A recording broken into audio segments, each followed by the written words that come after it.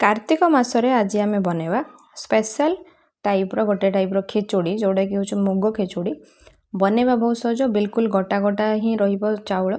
मुग भी गोटा गोटा जेहेतु गोटा गोटा ही रही खावा बेसी टेस्टी लगी था खिचुड़ी तो आज आम ये रेसिपी बनवा सोमवार हो कि कौन से व्रत बार में आपड़ ये रेसिपी इजिली घरे बनईकि खाईपर बहुत कम समय भी बनी जाए कि माने बेसी स्पेशल प्रिपरेशन करिया को पड़ोनी बिल्कुल इजिली बनी जाए जेहेतु खेचड़ी तो माने बहुत इजिली बने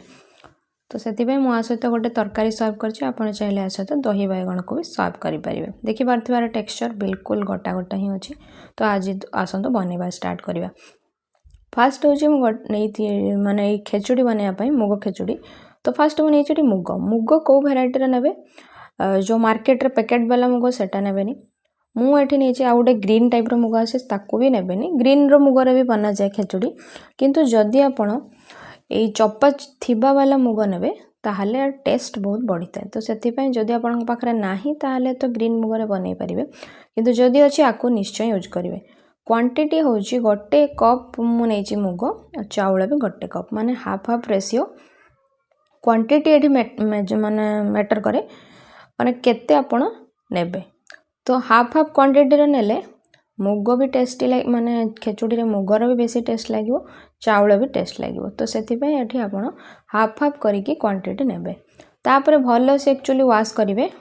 3 ରୁ 4 थर बिल्कुल बढ़िया से वाश करने जमी चाउल स्टार्च बिल्कुल रही देले कौन हम चाउल बेसी माने सिझिबनी नॉर्मल जमीती माने आमे चाहूचे जमी गोटा गोटा है चाउल रू बिल्कुल सही हिसाब रे हम ताकू बस ट्रेन साहाଯ୍ୟରେ एमती छांकी नेबे आउ ताको गोटे साइड करने ये बतुरवा भी रखा पड़ोनी बिल्कुल माने सांगे सांग झटापट बनवा एक्चुअली तो स्ट्रेन करके साइड करके रखने नेक्स्ट स्टेप रोचे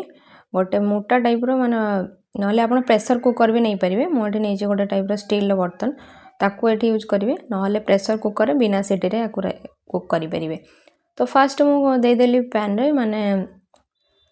रिफाइंड ऑयल टिके बेसी देवे तापर मुझे देसी घी मिक्स करके तेल और घी मिक्स करके रेसिपी बनइले बेसी बढ़िया लगे जेहेतु हम कार्तिक मास बनाऊँ स्पेशली तो से आप नॉर्मली खाली घीर भी रेसिपी को बन पारे किसी प्रॉब्लम नहीं तो 2 टेबल स्पून पाखे बड़ टेबल स्पून पाखे देसी घी देजी सहित रिफाइंड ऑयल तापर 1 टीस्पून जीरा लो मीडियम फ्लेम करेंगे गैस रो फ्लेम को तापर कुक करेंगे जीरा को बिल्कुल लो मीडियम फ्लेम रे भाजिबे गैस रो फ्लेम को बिल्कुल लो ही रखिए भल से कुक हो गला पर जीरा मुझे देवी 1 इंच पाखापाखि ग्रेटेड अदा तो फास्ट मुझे ग्रेट करनी पकेबे गैस रो फ्लेम को माने अगेन कहूँ बिल्कुल लो ही रखिए जदि आप पूरा हाई रखिदेवे अदा पूरा पोड़ीज आ टेस्ट भी माने पड़ा पड़ा माने टाइप लगे कंचाटिया टाइप लगे तापर ए मुझेदेली 2टा सुखिला लंका आउ ए किसी कड़ी पत्ता माने भूसंगा पत्र भल से सब जिनस को भाजी ने लो मीडियम फ्लेम रे ही कुक करेंगे एक कुकिंग प्रोसेसटा टिके टाइम टेकिंग नहले माने खेचुड़ी बनवा बहुत जल्दी होता है भल से सब जिनस को माने कुक कर सारा पर आम मुझे दूसरी हाफ कप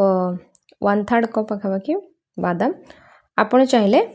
माने अलग ड्राई फ्रूट्स भी एथिरे ऐड करि परिबे किंतु नॉर्मली जदि जते सिंपल रखियो खाइबा सेते माने टेस्टी लागि थाए तो सेति पे आपण मु एक्चुअली एटी बादाम देथिले आपण चाहिए अलग ड्राई फ्रूट्स भी एथिरे ऐड करि परिबे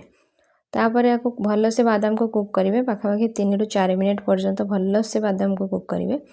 तापर आमे जो चाउल रखिथिले ताको एथिरे ऐड करिवे चाउल मुग को एबे आपण आकु 4 ରୁ 5 मिनिट पर्यंत पूरा बढ़िया से कुक करिवे माने भाजिवे नॉन स्टॉप कंटिन्यूअसली माने चले रखिए तले जमी लगे ना और 5 ରୁ 6 मिनिट पर्यंत भल से भाजिबे चाउल को जिते बढ़िया से भाजिबे चाउल गोटा गोटा ही रहिबो सिझी सारा पर आ जदि आप भल से न भाजिबे ताले चाउल पूरा माने सिझीजिवो बेसी तापर भल से 5 मिनिट भाजी सारा पर मुझे हाफ टी स्पून हल्दी पाउडर दूची जेहेतु खिचुड़ी माने हल्दिया कलर हाँपाई भल से को भी हल्दी को मिक्स करने तापर आम ए दबा पानी पानी मु फास्ट गरम करके रखी तो मु फास्ट देती चाउल मुग गोटे गोटे कप तो पानी मुझे देवी 4 कप माने 2/2 रेशियो पानी दबार तो आपण एकाथर ही चेष्टा करेंगे गरम पानी एथिरे मु देइछि गरम पानी रे ही बेसी भल माने भल से कुक होइथाय तो सेथि पय आपण गरम पानी देवा को ही माने ट्राई करिवे भल से सब जिंस को मिक्स कर दवा एबे आ किछि भी स्टेप नाही आको एबे कुक करबा को दवा पाखा पाखी आपण को बिना कवर करके ही कुक करिवे एबे मु कुक करछु आपण देखंतु भल से माने हाई फ्लेम कर देबे एबे गैस रो फ्लेम को हाई रखिबे तापरे बॉईल आसला जाए वेट करिवे पानी पूरा पूरी जेमती अधा कमी जीवो सेते पर्यंत वेट करिवे बिना कवर करिके स्वाद अनुसार लुण एथरे ऐड करिवे कोनोसी चीनी रो माने यूज एथरे हेई नाही तो चीनी भी देबे नाही बिना चीनी रे ही बहुत बहुत टेस्टी हेते तो सेति पे आपण को चीनी बिना ही बनेबे देखंतु बॉईल हे साला परे पानी रो क्वांटिटी एबे बहुत ही कम हे गलानी माने एबे चाउल बढ़िया से देखा जाउजी तो सेते पर्यंत आपण को एठी बिना कवर करिकी कुक करिगारे अछि तापरे हमें आको गैस रो फ्लेम को एबे मीडियम कर देबे लो टू मीडियम कवर करिकी पाखापाखि चाउल सिझिला पर्यंत आपण को कुक करियार अछि आपण कोन जेउ वेराइटी चाउल नै तो कुक टाइमिंग भी सेही भली हिसाब रे चेंज हबो तो मोर तो पाखापाखि 15 रु 20 माने 20-25 मिनिट भितरे हे जेतिला 20-25 मिनिट बेसी हबो माने 15 रु 20 मिनिट भितरे तो एबे देखंतु मु आपन को देखौ जे पानी बिल्कुल भी नहीं एबे चाउल पूरा पूरी गोटा गोटा अछि परफेक्ट माने एबे हमर कुकिंग टाइमिंग भी हे गला माने सब किछि सब माने भलो से सिझी जाय चाउल तो तापरे मु एतरे स्वाद पई दउची एक्चुअली 2 टेबल स्पून बाकी करा होइथवा नडिया बेसी नडिया देबेनी बिल्कुल मु कहल पर जते सिंपल ए रेसिपी बनेबे सेते बढ़िया टेस्टी लागिवो तापरे मिक्स कर दवा आको सर्व करिया तो किभली लागिला रेसिपी कमेंट सेक्शन में निहाती जणातु ओडिशा फूड को जदि आपण फर्स्ट टाइम देखुछन सब्सक्राइब करे को जम्मै भूलंतु नहीं देखा नेक्स्ट वीडियो रे थैंक यू सो मच जय जगन्नाथ।